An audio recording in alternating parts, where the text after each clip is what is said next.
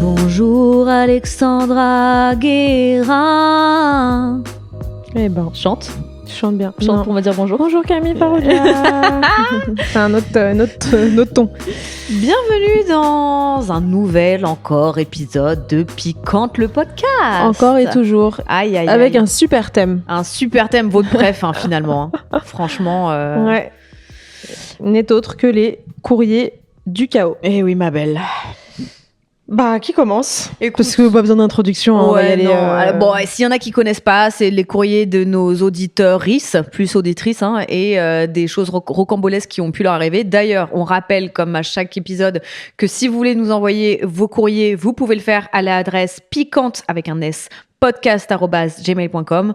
On est toujours ravis d'avoir des nouvelles histoires, donc n'hésitez surtout pas si vous avez de beaux récits à nous faire. Enfin, mauvaise mais belle. Oui, voilà. En tout cas, un peu drôle, parce que c'est vrai qu'on a eu des choses assez dures ces derniers temps. On aime bien, alors oui, c'est souvent dur, mais on aime bien quand à la fin, il y a un petit twist un peu rigolo, quoi. Donc, n'hésitez pas. Tu veux que je commence?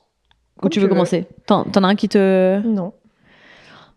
Écoute, moi, il y en a un qui me fait envie, parce que le titre, c'est Note to Self, ne jamais ravaler son vomi. Je t'ai tué. Hello les girls, j'espère que vous allez toutes les deux bien. Je viens de rendre visite à ma best friend au Canada et on vous a écouté ensemble. Trop cute! Ça fait plusieurs mois qu'on se dit que je devais partager mon histoire.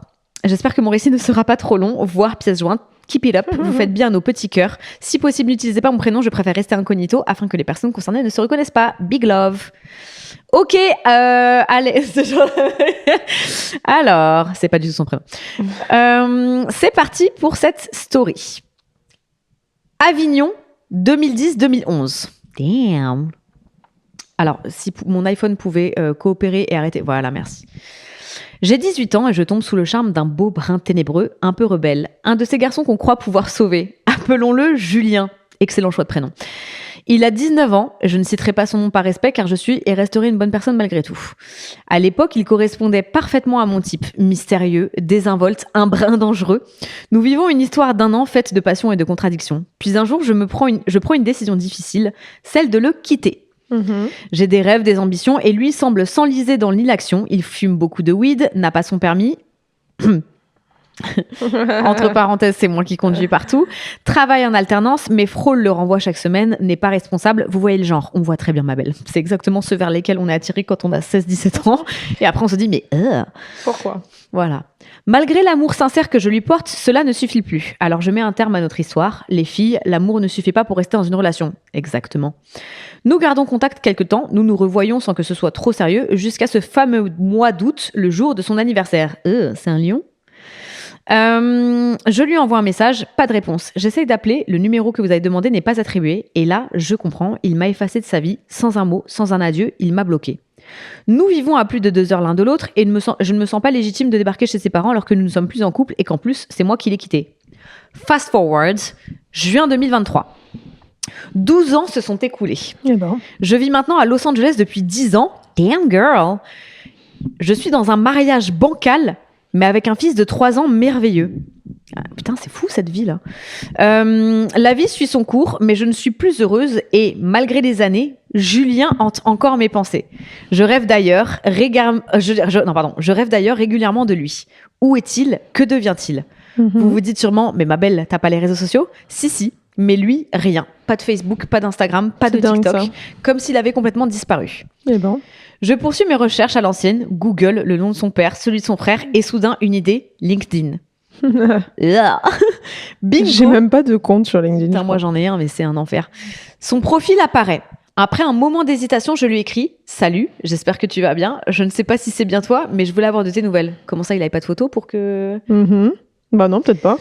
Que son nom et tout, J'aime pas quoi. les profils LinkedIn sur lesquels il n'y a pas de photo. Déjà, il n'y a pas de réseaux sociaux. Donc, ouais. À ma grande surprise, il répond et de là commencent des jours puis des semaines d'échanges. Il me confie qu'il est marié, qu'il a un enfant et que tout comme moi, son mariage est loin d'être parfait. Oh là là, ça mentit, ça. Nous nous rapprochons, partageons nos confidences, nos manques, un peu comme si notre histoire 12 ans plus tôt n'avait jamais vraiment eu de fin. Je peux le dire maintenant avec du recul, il me love bomb au max. Je suis couverte de compliments, tu es la plus belle, la meilleure, la femme de ma vie, je ne sais pas comment j'ai fait toutes ces années sans toi, je ne veux que toi, tu m'as tellement manqué, et j'en passe. J'en ai des frissons. Nous passons un cap, appel, FaceTime, Il n'a pas beaucoup changé physiquement, mais aujourd'hui, il est propriétaire, a une carrière, il est responsable et me semble avoir la tête sur les épaules. Sans détour, il m'avoue que lorsque je l'ai quitté, ça a été un électrochoc. Pour être clair, ça a été le déclic qui l'a forcé à se bouger sérieusement. Août 2023, comme chaque année, je passe un mois en France avec mon fils car toute ma famille vit toujours là-bas. Julien et moi décidons de nous revoir autour d'un simple café. Il n'y a pas de simple café dans ces situations-là. Ok. Il vient me chercher et là, c'est comme dans un film. Cœur qui bat la chamade, main moite, 1000 questions qui me traversent l'esprit. Nous nous retrouvons face à face et nous nous enlaçons, puis nous embrassons. Malgré nos mariages respectifs, tout semble étrangement naturel, comme si le destin nous réunissait enfin et nous oublions l'espace d'un instant tout le reste. Nous nous voyons 2 ou 3 fois pendant ces vacances, alternant hôtel et restaurant. Puis vient le retour à Los Angeles. Mon cœur est lourd. Je réalise que je passe peut-être à côté d'une histoire extraordinaire et que je ne peux plus continuer mon mariage. Je décide de me séparer. Et Julien fait de même de son côté. Putain, ça par contre, fort. Ouais. De mon côté, la séparation se passe plutôt bien. Le père de mon fils comprend que notre histoire arrive à sa fin et m'encourage même à rentrer en France si je le souhaite. Je saute sur l'occasion. Un Américain des États-Unis d'Amérique. Voilà, c'est ça. Okay. Je saute sur l'occasion et nous commençons à organiser ma venue avec Julien. Il m'envoie des annonces d'appartements et maisons. Nous faisons même une visite à distance ensemble. Putain, tout est réfléchi. Nous savons qu'il faut avancer avec prudence pour nos enfants pour ne pas choquer nos ex. En octobre, je décide de retourner en France, seule, pour 3 semaines avec Julien. Tous les 2 séparés et sans enfants. Je dois avouer avec du recul qu'il semble plus froid, plus distant. Je mets ça sur le compte de la préparation de son divorce et de la distance avec son fils, garde alternée. Pendant ces 3 semaines, nous passons de bons moments. Nous voyons nos amis, je dîne avec ses parents, il dîne avec les miens. On profite de chaque moment ensemble. Je rencontre même son fils de 3 ans. Le jour de mon départ, il me supplie de rester, me confie qu'il aura du mal à supporter mon absence. Je le rassure, je n'aime que lui. Nous allons y arriver ensemble et d'ici avril, je devrais pouvoir être définitivement en France. Nous avons 5 mois à attendre et je peux revenir à Noël pour raccourcir le temps. L'attente est due au côté administratif, faire un passeport français à mon fils, obtenir la nationalité américaine de mon côté pour que les allers-retours soient plus simples dans le futur pour visiter le père de mon enfant. 11 heures de vol plus tard, j'atterris à Los Angeles et rien. Pas de message, pas d'appel. Je lui écris pour lui dire que je suis bien arrivée. Pas le wifi dans l'avion, purée. J'avoue. Ça, c'est fort, parce que nous, on n'est pas capable. Je lui écris pour dire que je suis bien arrivée. Pas de réponse. Le lendemain, il m'écrit timidement. Il est désolé, me confie combien tout cela est difficile, combien son fils lui manque et qu'il n'arrive pas à laisser tomber ce qu'il a construit. J'essaye de le rassurer, mais je sens que c'est trop tard. Je reçois des messages complètement flous qui ne m'aident pas du tout à y voir plus clair. Tu es revenu bien trop tard dans nos vies. Tu n'as pas compris, je n'ai pas le choix que d'être avec toi. J'ai toujours envie de toi, je t'ai perdu pendant 12 ans. Je ne pourrai jamais passer à autre chose sans toi. Les jours suivants, je reste sans nouvelles, je pleure, je deviens folle. Je commence à comprendre que je me suis jetée corps et âme dans une relation qui, au fond, n'existe peut-être pas. J'en suis au point où je lui envoie des mails, j'essaie d'appeler d'un autre numéro, mais il m'évite. Et là, donc, sous-titre, l'appel impossible et le message qui brise tout. Non mais attends, il se fout de notre gueule lui ou quoi? Moi, tu vois, c'est fou parce que tu sais, genre ça me ramène à ma propre situation où je me dis est-ce que je déménage vraiment? Est-ce que je pars sur la Côte d'Azur? Est-ce que nanana? Et elle, genre mariée, un enfant, Los Angeles, genre, prête à tout quitter comme ça là, d'un coup, je me dis mais putain, c'est fou, les gens sont tellement investis et tu sais, n'ont pas peur quoi. Après, c'était revenir chez elle aussi, donc c'est pas non plus... mais tu vois, oui, non, c'est dingue. Ça faisait 10 ans qu'elle vit là-bas, tu vois. Après, c'est pas idéal de vivre à Los Angeles. Non, c'est clair. Je l'appelle, suppliant d'obtenir ne serait-ce qu'une explication pour comprendre ce revirement. En vain, il ne répond plus à mes appels. Il m'envoie des messages au compte-gouttes sans grande explication. Il y a tellement de choses, entre guillemets, il y a tellement de choses que je voudrais te dire, je ne sais pas par où commencer. Tu me manques horriblement, tu vas me prendre pour un fou. Quand tu es reparti, ça m'a retourné le cerveau. Je me suis imaginé 1000 scénarios sur toi, sur nous, notre futur. Je t'ai toujours voulu, j'aurais aimé construire ma vie avec toi, avoir un enfant, mais tout ça n'est pas compatible. J'aurais aimé que tu ne partes jamais, qu'on reste sur ce banc à Avignon et que le temps s'arrête. Puis viennent des échanges vains. Il me confie sa jalousie, son incertitude, son doute sur ma vie à Los Angeles. Petit rappel, nous avons tous les 2 30 ans, un enfant chacun, et nous avions prévu de nous installer ensemble. Il me dit qu'il n'a aucune garantie que ça marcherait, oubliant tout l'investissement que j'ai fait. 2 allers-retours Paris-LA, à mes frais, 3 semaines loin de mon fils pour être avec lui, dîner avec nos familles respectives, déménagement prévu, documents administratifs en cours, tout ça pour finir bloqué comme il y a 12 ans. Oui, exactement comme avant. Bah oui. Il m'a bloqué. Nota bene, lorsque nous nous sommes vus pendant les 3 semaines, Je lui ai prêté une chaîne en or, bijou de famille auquel je tiens énormément. 1 an plus tard, en 2024, toujours sans nouvelles, je décide de demander à ma sœur qu'elle lui écrive, car oui, je suis toujours bloquée, pour demander qu'il renvoie ma chaîne à son adresse. Elle recevra une enveloppe vide. Il blâmera la poste en disant que ce n'est pas sa responsabilité si la chaîne a été volée lors de l'acheminement. Quelle personne un minimum intelligente envoie une chaîne en or dans une enveloppe à 2 balles sans la mettre dans une pochette sans faire de suivi? Octobre 2025. Je vis toujours à Los Angeles. C'était hier. J'ai essayé de revenir en France avec mon fils, mais après 2 mois, je n'ai pas supporté et je suis rentrée. Je suis maintenant plutôt heureuse, mais cette histoire m'a valu de nombreuses sessions chez le psy. Morale de l'histoire, ne jamais ravaler son vomi. Et écoute, c'est encore une belle preuve que ce personnage t'avait montré ce qu'il était déjà la première fois. C'est fou, hein.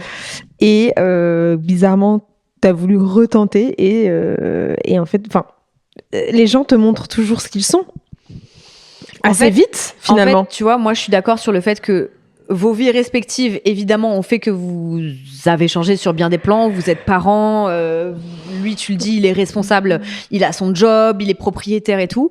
Mais au fond... à part en relation amoureuse, apparemment... Voilà, au fond, je pense que il y a toujours quelque chose de latent qui peut pas changer, tu vois, genre on peut changer, c'est compliqué ce que je suis en train de dire, mais on peut évoluer, voilà, mais il y a des choses qui font partie de nous. Après c'est pas forcément ta personnalité, mais ce que je voulais dire, c'est qu'il t'avait déjà montré ce qu'il pensait de toi sur la manière dont il t'avait traité la première fois, et ça a été pareil la deuxième fois. Ça veut pas dire que c'est foncièrement sa personnalité, ça veut pas dire qu'il va refaire la même chose avec quelqu'un d'autre, mais c'est juste ce qu'il ressent pour toi qui le fait agir comme ça. C'est-à-dire que c'est pas assez, en fait. Il te respecte pas assez, ou il y a pas assez pour qu'il se comporte normalement, visiblement, parce que ça a l'air d'être trop lui demander. Donc, soit c'est carrément sa personnalité, il est comme ça avec tout le monde en amour et donc c'est une merde, soit, en fait, c'est juste parce que, en plus, je suis tombée sur un TikTok juste ce matin avant qu'on fasse, qu'un mec disait les filles, voici les 10 règles avec vos mecs qu'il faut respecter. En gros, la dernière, c'était si un mec ne fait pas ça pour toi, c'est juste que c'est pas le bon, ou que toi t'es pas la bonne personne pour lui, mais genre va voir ailleurs, parce que un mec, quand il veut faire quelque chose pour une meuf, il va décrocher la lune, tu vois. Donc ça sera rien, c'est peut-être juste que c'était pas toi visiblement la bonne pour lui. Il y a un truc sur lequel j'aurais été pour qu'il te traite correctement, mais bon, c'est pas une excuse, hein. Pour moi, tu dois traiter tout le monde correctement, peu importe que tu l'aimes ou pas, mais bref, t'as compris ce que je voulais dire, quoi. Mais tu vois, quand on relit le mail et tout, genre je me demande quand même, est-ce que lui il est resté avec sa femme finalement? Est-ce que tu vois, est-ce qu'il est resté dans sa vie? Est-ce que sa femme a eu vent de tout ça? Parce que je pense que tu nous l'aurais dit si t'avais décidé de balancer, peut-être parce qu'il l'avait quitté et tout, mais est-ce que c'est si jamais tu écoutes ce podcast et que tu entends ton histoire, n'hésite pas à nous faire l'update, parce que tu vois là, quand je relis, il manque ces infos là, donc moi je suis entièrement d'accord avec toi sur le fait que t'as perdu beaucoup du temps et aussi de l'argent et tout. Mais toi, t'en es où aujourd'hui? L'investissement émotionnel, où lui, où il en est, tu vois. Et puis l'investissement émotionnel que ça demande, les enfants, je sais que c'est extrêmement culpabilisant aussi de faire des choix qui sont pour toi, mais pas spécialement pour les enfants. C'est dur à faire quand t'es parent, de rencontrer les enfants pour ensuite qu'il y ait plus rien. Enfin, bon. Waouh. Ouais. Eh bien, à toi, ma belle. Eh bien, on est heureuse que tu sois heureuse finalement à Los Angeles. Et que c'est fou, tu vois que ça, pareil, elle y soit revenue après 2 mois finalement, comme quoi hein, c'est ton endroit peut-être. Attends, c'était de retourner où sinon en France? Ouais, elle a pas dit. Elle a juste dit en France, elle a pas dit où. Ouais, parce que bon, c'est aléatoire. Les vacances de l'enfer. Coucou les filles, on en a plusieurs qui ont le même titre, donc c'est marrant. Coucou les filles, je prends enfin le temps et le courage d'enfin parler de cette histoire qui m'a valu quelques séances chez le psy et qui, je l'espère, vous divertira. Je suis actuellement au milieu de la vingtaine, mais au moment des faits, j'en ai 19. J'ai un groupe d'amis de 2 autres copines que je connais depuis le collège. Lors d'une soirée, l'une, qu'on va appeler Nicole, me présente un de ses nouveaux amis d'école, Laurent. Coup de foudre mutuel, on se met rapidement ensemble. 2-3 mois. J'apprends dès le début par les deux qu'ils ont couché une fois ensemble 1 an auparavant, mais ça n'avait pas matché. Ils sont restés potes. Ça me rassure qu'ils m'en parlent et on continue notre bout de chemin avec Laurent. Avec mes 2 copines, nous décidons de partir en vacances au Cap d'Agde, entre parenthèses, terrifiant. Quel drôle de choix. On peut en parler ou pas? Pourquoi en fait? J'allais dire quelque chose, mais tu l'as dit avant. T'as dit terrifiant, c'est pas moi qui l'ai ajouté. Le plan, c'était boîte, cocktail et plage entre meufs. Terrifiant également. Ouais. Mais pourquoi pas? Chacun ses plaisirs. Voilà. Problème qui est très vite apparu, 2 points. Mes copines étaient, elles, célibataires. Je me retrouvais donc pas mal solo au milieu des boîtes immenses. Au début, j'étais un peu saoulée, mais très vite, je sociabilise, voyant que mes potes kiffent leur soirée avec leur boucle d'une nuit. Sur la fin de la semaine, je n'avais plus envie de venir, j'avais trop bu, j'étais fatiguée, on mangeait peu et j'avais envie de moments seuls. Alors je restais au Airbnb. L'avant-dernier soir, les filles se préparaient pendant que je faisais à manger. L'une a envoyé un SMS à l'autre et elles se sont enfermées dans les toilettes pour passer un appel. À l'époque, l'une fumait, j'ai donc cru à un appel à un vendeur de moquettes qui fait rigoler. Puis elles sont parties en soirée. Un moment après, je reçois un appel de mon copain inconsolable. Je me souviens qu'il pleure et pleure. Je peine à comprendre ce qu'il dit tellement il est en crise et je panique, j'imagine le pire pour lui. Nicole et Anna, lors de l'appel juste avant, lui avaient dit que je l'avais trompé avec un mec en boîte, que je draguais tout le monde ici. L'une lui a conseillé de me larguer avant que je rentre, car plus facile de m'oublier pendant l'été. À leur retour, s'en est suivi d'une violente dispute peu constructive car elles étaient très alcoolisées. Nous sommes rentrées chacune chez nous, les deux en coloc ensemble, moi chez mes parents. Accrochez-vous, le meilleur pour la fin. J'ai appris plus tard que Nicole était venue... On peut dire des mots un peu vulgaires sexuels ? Ou les censures ? Moi, on l'a déjà fait. Ok. Était venue sucer Laurent un mois auparavant. C'est pas vulgaire. Sucer n'est pas trompé. Sucer, c'est pas vulgaire. Un mois auparavant dans sa chambre d'internat. C'est une blague. J'ai pardonné et me suis installée dans une autre ville avec ce bouffon. J'ai arrêté de parler aux bouffonnes qui ont continué à me harceler avec des faux comptes jusqu'à ce que je finisse par mettre un terme à la relation amoureuse, incapable de pardonner. Je suis maintenant entourée de chouettes personnes, mais cette histoire m'a longtemps laissé des séquelles de confiance en moi. Voilà. Merci de m'avoir lu et diverti. Waouh. Donc Laurent, il est venu chouiner dans tes basques, en crise de panique au téléphone, toutes les larmes de son corps, mais c'est bien la preuve qu'il y avait un autre problème. C'est parce qu'en fait, c'était lui le fautif. Anguille sous roche. Et quelle anguille? Petite ou grosse anguille? Si l'anguille n'était pas de... Bon, fallait partir avant. Non, on va encore dire qu'on a... Oui, que nanana, la taille. Oh là là, mais les amitiés de 19 ans, elles me terrifient, elles me donnent des frissons. Les amitiés d'ado. Ouais. Parce que 19 ans, t'es encore ado. Non, t'es adulte. Non, t'es prêt. Oui, mais tu te comportes comme un ado. Bah, tu te comportes comme quelqu'un de 19 ans, t'es con, quoi. Oui, en fait, maintenant, avec le recul, moi, je me dis, à 19 ans, je me sentais adulte. Enfin, je croyais que j'étais en train de devenir une adulte. Maintenant, avec le recul, je me rends compte qu'à 19 ans, t'es encore alors que tu vois, Charles Aznavour, lui, à 18 ans, il a quitté sa province. Prêt à empoigner. Oh là là. Bon, bah, du coup, pour te faire plaisir, je fais le plus grand manipulateur de l'histoire. T'es contente? Ok. Allez. Hello! J'ai découvert votre podcast très récemment et après avoir écouté mon premier courrier du chaos, le numéro 8. Putain, on a déjà fait autant. Mais vous savez que là, on a déjà sorti plus de 60 épisodes. Ouais, c'est ça dingue. me fout droit. Fout droit. Ouais, vraiment. J'ai eu tout de suite envie de vous partager mon histoire qui a bien choqué tout mon entourage à chaque fois que je l'ai racontée. J'essaie de vous la faire courte et d'insister seulement sur les détails qui auront une importance, parce qu'elle a écrit importante, mais du coup, pour les révélations de la fin de l'histoire. J'ai rencontré B il y a quelques années lorsqu'on travaillait au même endroit pour un job étudiant. J'avais 20 ans et lui 18. Nous sommes sortis ensemble une première fois pendant environ 6 mois. Sur cette partie de notre relation, rien de spécial à dire à part qu'il voyait... Non. Rien de spécial à dire à part qu'il avait une meilleure amie et une ex omniprésente qu'il voyait régulièrement seul à seul. Mais c'était comme ça quand je l'ai rencontré, donc je l'ai pris comme ça, j'ai accepté. Pour le contexte, il ne s'entendait pas très bien avec ses parents, avec qui il avait très peu de relations. Donc 6 mois plus tard, il reçoit une mauvaise nouvelle, je ne sais plus laquelle exactement. J'essaye d'être là pour lui, tant bien que mal, tout en ne sachant pas vraiment quoi lui dire pour l'aider. 2-3 jours plus tard, il me quitte, prétextant qu'il a trop de problèmes à gérer, que je ne les comprends pas et qu'en gros, c'est trop compliqué pour lui à gérer. À ce moment-là, très amoureuse de lui, je fais tout pour qu'il reste. Misère, la honte. J'adore le mot misère. Misère. Chose qu'il ne fait pas, mais il ne coupe pas non plus contact avec moi. Bien sûr, sous le coude, tu connais. Ça, c'est en off, c'est moi qui le dis. Ce qui fait que, à peu près une fois par semaine, on se voit, je dors chez lui, il se passe ce qu'il se passe.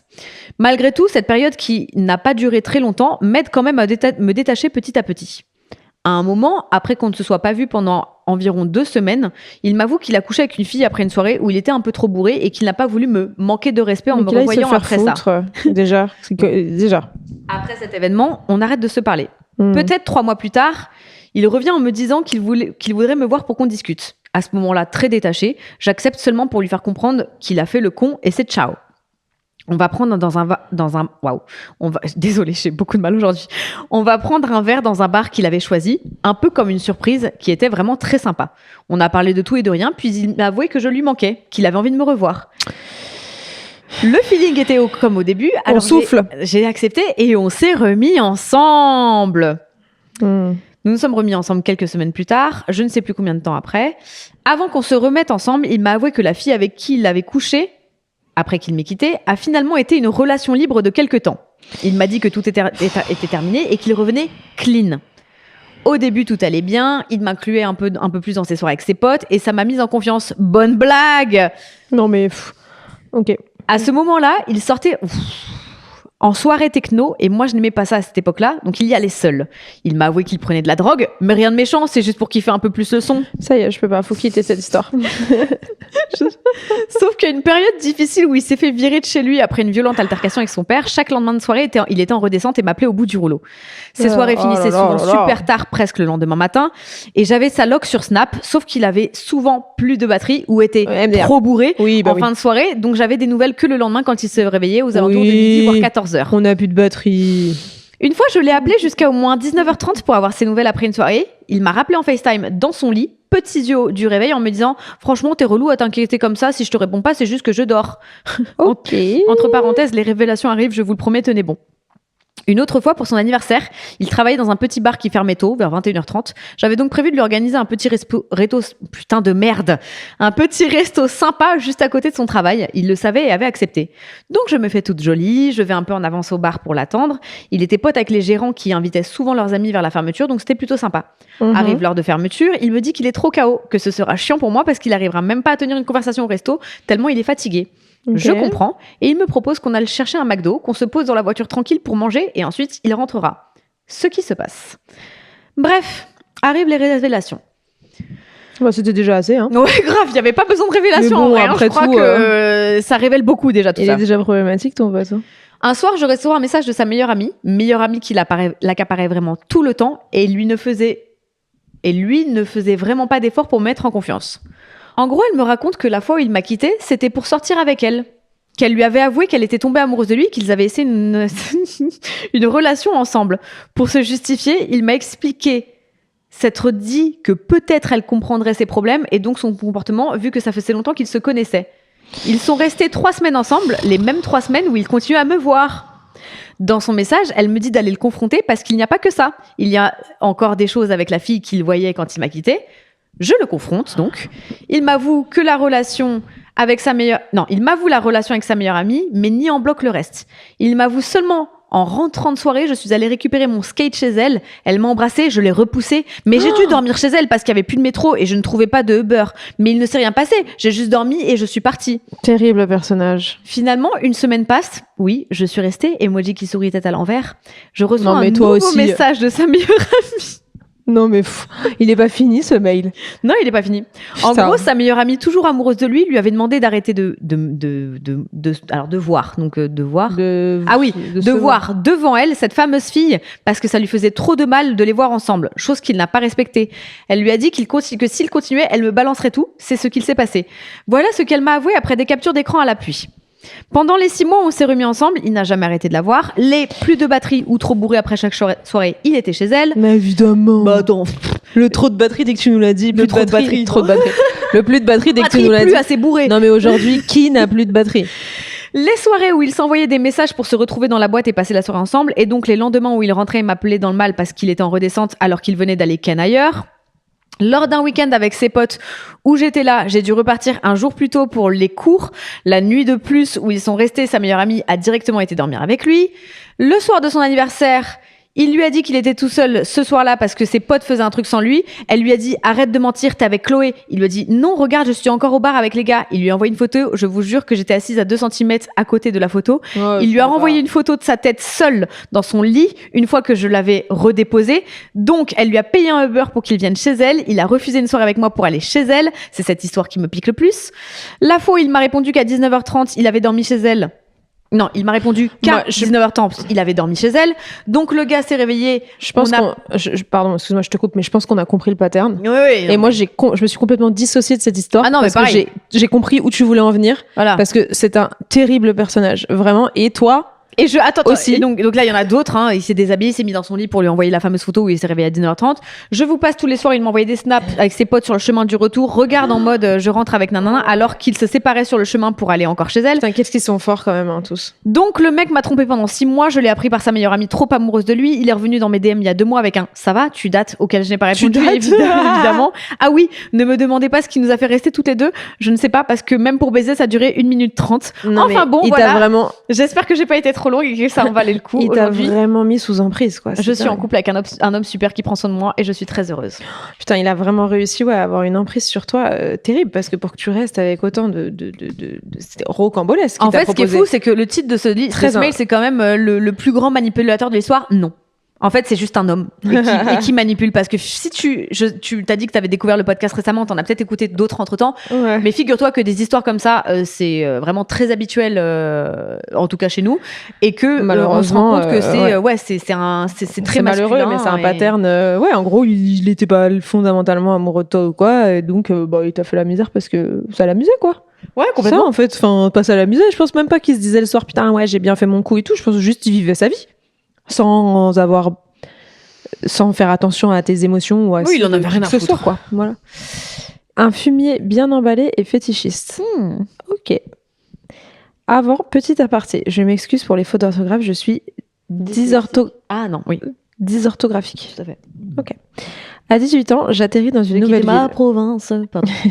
À 18 ans, j'atterris dans une nouvelle ville. Pour études, une nouvelle vie, bref. Tout pour bien commencer. Métisse, moitié thaï, moitié marocaine, important pour la suite. J'arrivais pleine d'espoir et de naïveté. Je rencontre un garçon charmant, entre guillemets. Enfin, charmant. Disons-le franchement, un fumier bien emballé. Au début, il s'intéressait beaucoup à mes origines. Moi, jeune, innocente, je croyais qu'il s'intéressait à moi. Spoiler, il s'intéressait surtout à mes origines, entre guillemets. Les mois passent, il devient de plus en plus distant. Un jour, pendant qu'il est chez moi, j'ai un pressentiment, je prends son téléphone. Et là, jackpot. Trop bien. Trop bien. J'adore quand il y a le jackpot. Des l'exotisme. messages avec ses potes. On vous a dit de lire les messages avec les potes. Il parle de notre intimité, de mon corps, mais surtout de la fétichisation. Des phrases que j'ai encore en tête aujourd'hui, 6 ans après, du genre « Je comprends pas, elle veut pas me sucer alors qu'elle vient d'un pays où les bordels sont la norme. Ok. Je suis un petit peu décontenancée parce que je viens de lire. Tout le monde a été déjà dans l'assemblée. Putain, moi j'aurais... Putain, il était où quand tu fouillais son téléphone? Parce que je crois que j'aurais pas... En fait, moi, ce qui me choque à chaque fois dans les fouillages de téléphone, c'est que vous avez la capacité d'en lire plus. Genre, vous avez la capacité... Moi, je vrille, mon sang ne fait qu'un tour, le téléphone finit dans un mur et direct, je pars en couille. J'ai pas de preuves, j'ai rien. Je sais pas faire. Alors... Voilà, tout en délicatesse. Non seulement c'était vulgaire, rabaissant, humiliant, mais profondément raciste. Ça en disait long sur la vision qu'il avait des femmes comme moi. Tout à fait. Ah oui, parce qu'en fait, je cherchais du coup, et t'as dit que t'étais moitié thaï. Oui, c'est pour ça qu'elle le dit, moitié thaï, moitié marocaine. Mort C'est de ça rire. qui Oui, parle. oui, non, mais parce que je cherchais le rapport avec les origines depuis tout à l'heure. Mais bon, pour En être fait, moi, allé en Thaïlande... quand t'as commencé à dire fétichiste et qu'après elle a commencé à parler de ses origines, j'ai tout de suite su sur quel type de Oui, fétichiste on moi était. aussi, mais le bordel lié à la Thaïlande, enfin, ouais, bon, bref, faut vraiment être pas très éduqué, quoi. Il ne supportait pas que je lui dise non parce que dans sa tête, j'étais inférieure. Et comme si ça ne suffisait pas, monsieur avait tout un dossier sur son ordi intitulé, Je te crois pas. Attends, je te crois pas. Ok. intitulé, entre guillemets, beurette. Je suis... Putain. J'ai envie de vomir, j'ai même plus envie de le lire. Déjà que ce soit les tags de certains mecs sur des sites porno et tout machin, parce que genre aussi. ouais non Fétichiste, mais c'est- c'est ça, mais de toute façon ce fétichisme là c'est un racisme déguisé. Beurette, oui, rien que ça. C'est ce jour-là que j'ai compris que les fétichistes, c'était pas des lol. Et que quand t'es une femme racisée, faut toujours faire gaffe à ne pas confondre curiosité culturelle et fantasme exotique tordu. Quand je l'ai quitté, Coucou Vincent Cassel. il n'a pas supporté. Harcèlement, menaces, cela m'a créé des angoisses, des problèmes de sociabilisation. J'ai mis des mois à dormir tranquille. Putain. Un jour, il m'a même étranglé devant ma fac. Quoi? Oui, bon, c'est un malade, quoi. Mais attends, Il est pourquoi là donne-nous le nom du gars, tu vois Ouais, que... grave. Heureusement, mon entourage est intervenu à temps. Aujourd'hui, j'ai 25 ans, j'ai fait des années de thérapie, j'ai obtenu mon barreau.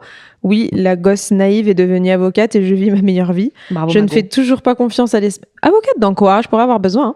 Je ne fais toujours pas confiance à l'espèce masculine, mais je suis en paix avec ça et surtout, je suis en paix avec moi-même. Bravo. Pensez à tous les étudiants et étudiantes qui galèrent, qui doutent, qui se sentent seuls. Je suis de tout cœur avec vous. Continuez à avancer, même à petits pas. On finit toujours par s'en sortir et parfois mieux qu'on l'aurait cru. Enfin, merci à vous deux. Ce podcast m'aide et m'a beaucoup apporté vos conseils.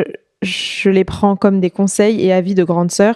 Étant l'aînée dans une famille d'immigrés, ça permet d'avoir des réponses ou des billes pour plus tard. Bref, vous êtes top. Bisous. Waouh. Et bah, t'es fichtrement courageuse. Ouais, et puis alors, belle revanche. Franchement, c'est un truc de fou. Mais ce qui est terrible, c'est que ces mecs-là sont beaucoup plus nombreux qu'on le croit. Ouais, tu vois, un peu comme, c'est ce que je disais, un peu comme la pédophilie. Parce que j'allais dire, moi, ça me terrifie. Il y en a ça tellement, en fait, tu vois, c'est au final. C'est de découvrir. Tu te dis, c'est peut-être 1 sur 10, tu vois, qui a des images pédopornographiques sur son ordinateur. De découvrir au bout de 20 ans de mariage que ton mari, la police sonne à ta porte. Et que parfois, il y en a qui les protègent. Mais bon. Ah bah, évidemment. Autre sujet. Mais ouais, tu vois, c'est un truc de zinzin comme les mecs peuvent être dérangés. Je sais qu'encore une fois que ça peut concerner des femmes, mais pour moi tous ces trucs-là, toutes ces dérives, ça concerne majoritairement des hommes parce qu'ils sont tarés quoi. Et je suis vraiment désolée que ça te soit arrivé et que ça arrive à tant de meufs et que ça va arriver à d'autres meufs. Mais de toute façon les chiffres parlent, hein, on n'invente pas des trucs. Hein. Bien sûr.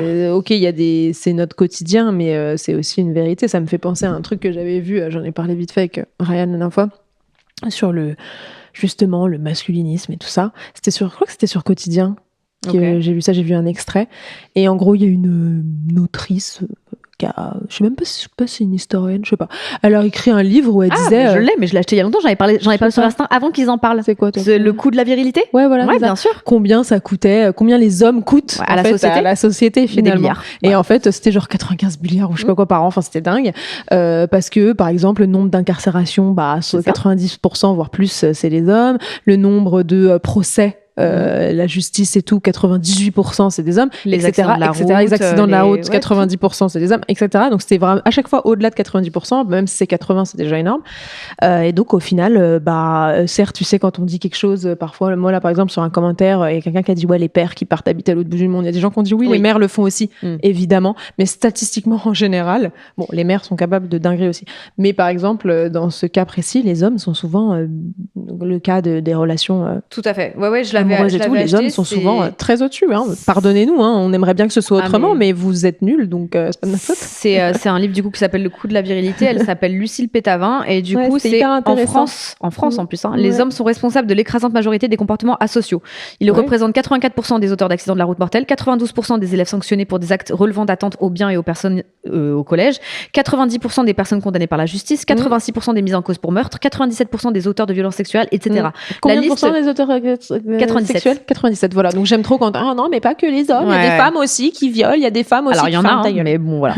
La liste semble inépuisable, elle a surtout un coût direct pour l'État qui dépense chaque année des milliards d'euros en services de police, judiciaires, médicaux, éducatifs pour y faire face, et un coût indirect pour la société qui doit répondre aux souffrances physiques et psychologiques des victimes et subit des pertes de productivité et des destructions de biens. Pourtant cette réalité est pourtant presque toujours passée sous silence.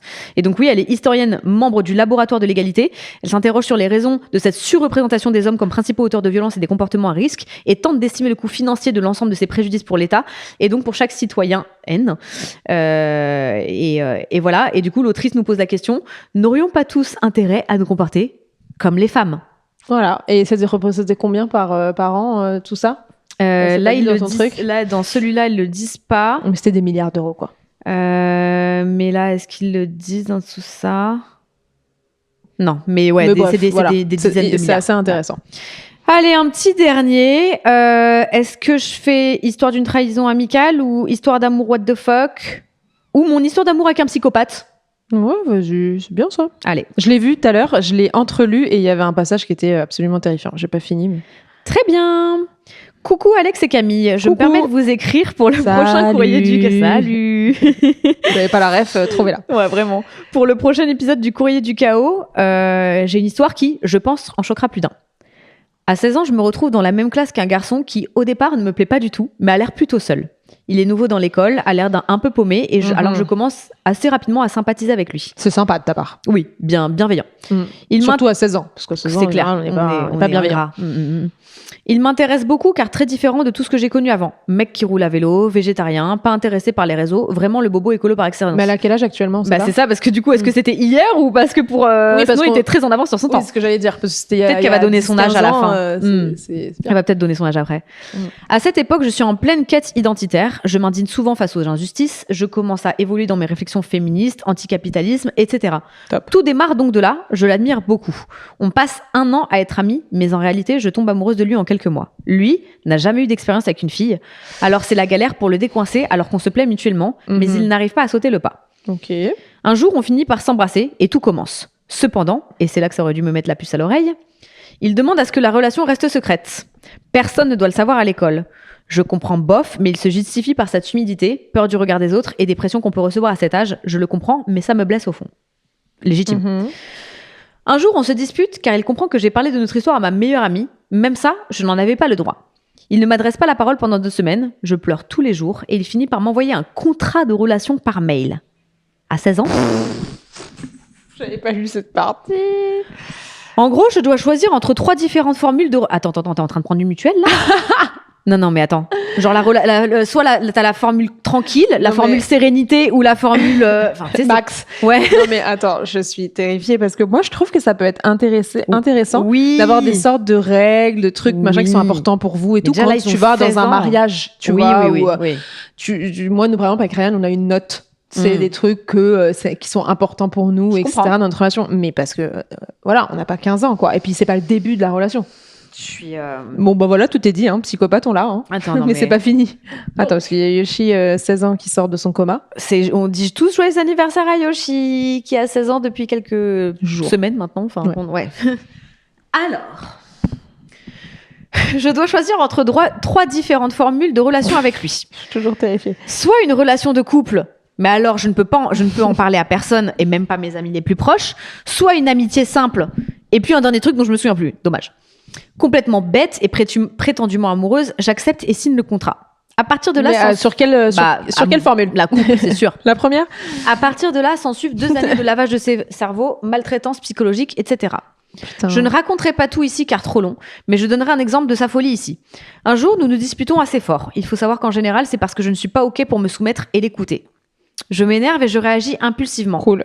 De là, il me bloque sur tous les réseaux et je n'ai aucun moyen de le contacter pendant 2 semaines. J'en tombe balade. Ma mère lui demande même de rompre... Balade, t'as dit. Ouais, balade. Ma mère lui demande même de rompre s'il ne veut plus être avec moi, mais d'arrêter de faire souffrir sa fille avec un silence assourdissant comme celui-là. Bah oui. Il revient finalement vers moi avec un document Word de 5 pages qu'il me lit. Non, mais attends, c'est... Il est psychorigide sociopathe, le gars. Bah, elle a dit psychopathe, hein. Il arrive chez moi et me demande avant toute chose de m'agenouiller devant lui. Ok. Non, mais on en rigole aujourd'hui, mais moi, ce qui me fait peur, moi, tu sais, ce qui m'inquiète dans cette histoire, c'est quelle a été son éducation, qu'est-ce qu'il a vécu. Ouais. Enfin, quelle a été son éducation. Pour devenir un psychopathe à 17 piges, un truc comme ça, c'est... Non, parce qu'après, tu peux avoir des diagnostics mentaux, sociopathes, machin, tout ça, sans oui. que ce soit de naissance, enfin, ça vienne de toi. Mais là, la façon dont il aime, genre, est-ce que c'est ça qu'on lui a montré d'une relation de couple? Ouais, enfin, qu'est-ce qu'il a vécu chez lui, tu vois, je comprends pas. Ou est-ce qu'il est juste taré? Pour en arriver là, tu dois t'agenouiller pour demander pardon. Enfin, ses parents lui ont fait faire. C'est un peu terrifiant. Je rigole en refusant. Je trouve ça débile et je ne comprends pas. Il me dit que si je ne le fais pas, il part. Je le fais. Il me dit de me relever et ensuite me redemande de m'agenouiller et recommence une 10aine de fois. Putain. À la fin, il me dit, voilà, je t'ai aidé à faire circuler ton sang dans ton corps. C'est un exemple pour que tu comprennes comment va se passer cette discussion. Tu dois m'écouter car tout ce que je fais, c'est pour ton bien. Encore une fois, ça me préserve. Mais ça me fait encore penser aux vidéos des masculinistes là qui sont sur TikTok et tout, comment il y a un qui est connu là, Alex, machin là, que ton pote aime bien là. Le chauve là, comment il s'appelle? Ah oui, ça y est, j'ai. Alex Hitchen, là, ou je sais pas quoi. Ah, ouais, moi, je pensais pas à lui. Ah, moi, je pensais à l'autre. Mais lui aussi, ravagé. Terrifiant. Et du coup, je pense qu'il y a des mecs qui regardent ça et qui pensent que c'est comme ça qu'ils doivent se comporter. Évidemment. C'est pour ça qu'il y a toute une nouvelle génération de masculinistes. Il y en a plein qui sont bloqués et tout par les apps, mais il y en a d'autres qui arrivent à... Demandez-vous pourquoi les femmes vous détestent. Alors, il me sert une tisane de weed. Je ne savais pas que ça existait. et me lit son texte en me disant tout ce qui ne va pas chez moi et doit changer. Par exemple, on n'arrivait pas à coucher ensemble car j'avais du vaginisme suite à un viol que j'ai vécu pendant notre relation. Il me dit alors dans son texte de demander à ma mère d'acheter des concombres ou n'importe quoi, mais qu'un couple, ça a des rapports, donc il faut que ça marche. Je suis écœurée parce qu'on est en train de me proposer. Il me dit aussi que je dois arrêter de réagir avec mes œstrogènes et le laisser guider la relation car je suis trop impulsive. Mais il est à quel âge? Mais c'est ça en fait. 62 ans? Comment il connaît tout ça à 16 ans? Enfin, il s'est renseigné où? Il a fait quoi? Mais ça, parce que ces mecs-là, ils en parlent de ça. Oui, mais c'est ça que je veux dire. Oui, mais il a dit qu'il avait pas de proches. Elle a dit au début qu'il était très isolé et tout. Où il va chercher ces informations? Ça me fait bailler tellement je suis waouh. Bref, je passe les détails pour éviter que ce soit trop long, donc je jump jusqu'à la fin de la relation.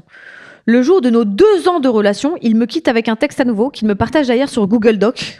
Il s'est pas parlé ou quoi? Il a quoi ton pote à rédiger des trucs là? Ah putain bébé. Fait chier. Ouais. Alors la fin en plus c'est fou comme ça se rapproche de l'histoire précédente. Et dans lequel il dit que j'étais en gros une expérience.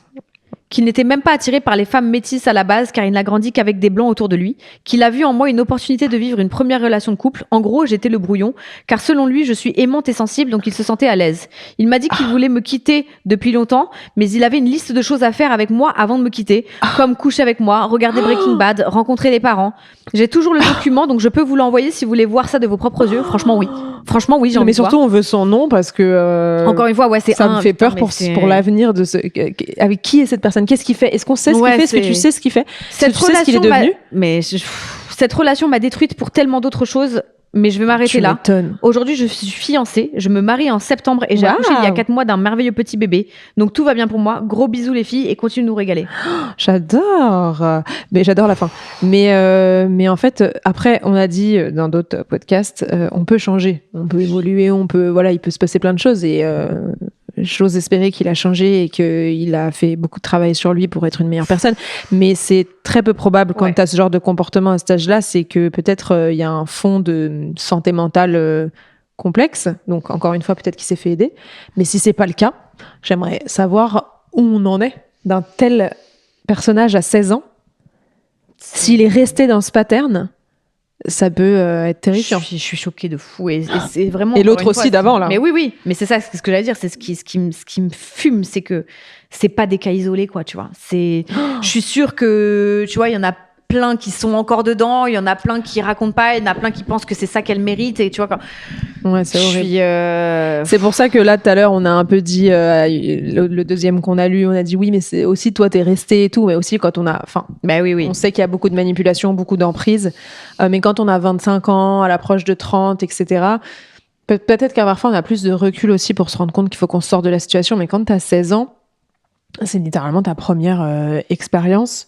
En général, c'est hyper dur d'avoir le recul, tu vois, même de comparer avec des copines ou machin. Et ça dépend, je sais pas quel âge elle a, parce que du coup, elle nous a pas dit son âge. Mais aujourd'hui, il y a les réseaux sociaux et tout, donc parfois aussi, tu peux te rendre compte que c'est pas une normalité. Mais nous, par exemple, quand on avait 16 ans, on était isolés. Enfin, c'était vraiment isolés dans le sens où c'était notre quotidien. Oui. Et c'est tout. Oui. Ou nos copines. On pouvait pas se rendre compte de ce qui se passait. Ouais, tu sais même pas ce qui se passe dans la ville d'à côté ou dans la rue parce que t'as pas de perspective différente, tu vois. Donc, heureusement, entre guillemets, aujourd'hui, et sur Internet et tout, tu peux te renseigner, tu peux lire des choses, tu peux peut-être même parler à des psys en ligne, où il y a d'autres accès. Ouais.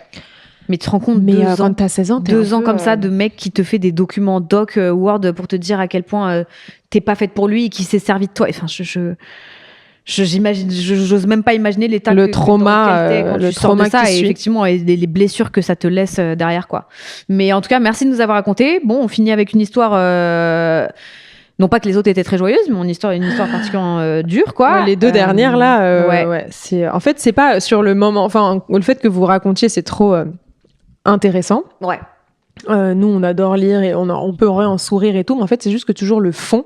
Ouais. Quand tu vas chercher, tu réfléchis au fond de ces histoires, c'est quand même dingue. Ouais, c'est pour ça qu'à la fin, souvent, quand on fait les courriers du chaos, on le fait quand on vous l'a dit, on enregistre plusieurs épisodes d'un coup, et maintenant le courrier du chaos, on le fait en tout dernier, parce que ça nous lessive, ça nous vide de toute notre énergie, parce qu'on cogite énormément. Et moi, je me dis tout le temps, putain, quelle chance j'ai eu finalement. Pareil. Je le sais depuis longtemps que j'ai eu de la chance de pas être tombée sur trop de gars fous et toxiques. Ouais. Mais quand je lis des histoires comme ça, je me dis vraiment, mais Merci parce la que vie, quoi. On a pu nous reprocher sous certains épisodes parfois d'être un peu trop légère vis-à-vis de tout ça et tout. C'est juste qu'on essaye aussi d'alléger le truc parfois. Non, et puis que tu sais, d'être dans le jugement et tout. On n'est pas dans le jugement, enfin, dans le sens où c'est tragique, on le sait, etc. Mais qu'on se dit que les personnes qui nous écrivent aujourd'hui, elles ont surmonté ça et que c'est pour ça qu'elles sont. Justement, c'est même thérapeutique peut-être pour elles de nous écrire tout ça. Et puis aussi, il y a cette réaction de on est entre copines. Voilà, genre, moi, si une copine me raconte ça, je te dis, mais c'est bête, toi aussi. Ouais, et tout, ouais, tu vois. ouais. Mais c'est pas genre, on n'est pas en train de juger. On sait très bien qu'il y a tout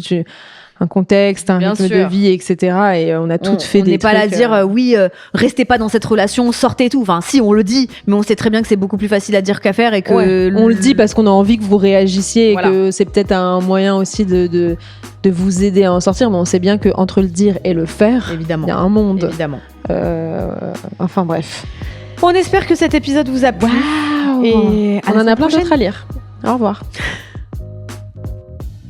C'était Piquante, le podcast de Camille et Alex, qui est produit et réalisé par Benjamin Septem-Ours.